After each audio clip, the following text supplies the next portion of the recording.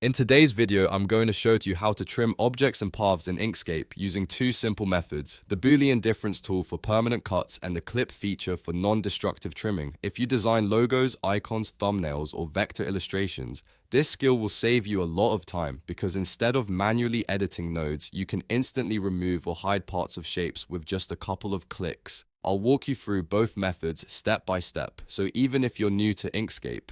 First, let's look at the Boolean difference method, which permanently cuts one shape out of another. Start by placing the shape you want to use as the cutter on top of the object you want to trim. The stacking order matters because Inkscape always subtracts the top object from the one underneath. Once your shapes are positioned, hold, shift and select both objects. Now press Ctrl and the minus key on your keyboard. This activates the difference operation and instantly removes the overlapping area, leaving a clean cut in your base shape. If you're working with text, there's one extra step before trimming. Select the text and press Ctrl-Shift-C to convert the text into a path.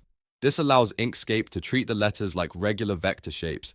Keep in mind that once text becomes a path, it can't be edited as text anymore.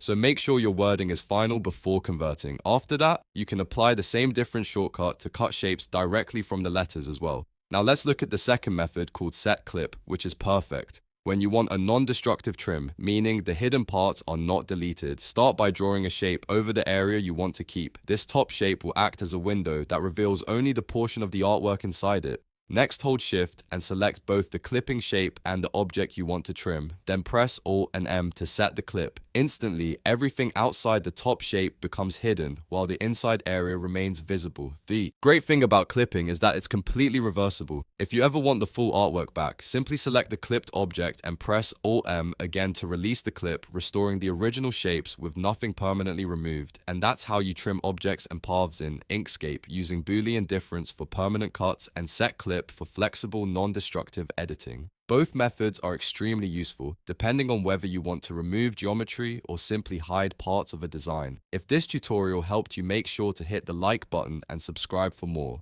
Inkscape tutorials, tips, and design workflows. Thanks for watching, and I'll see you in the next video very soon. Goodbye.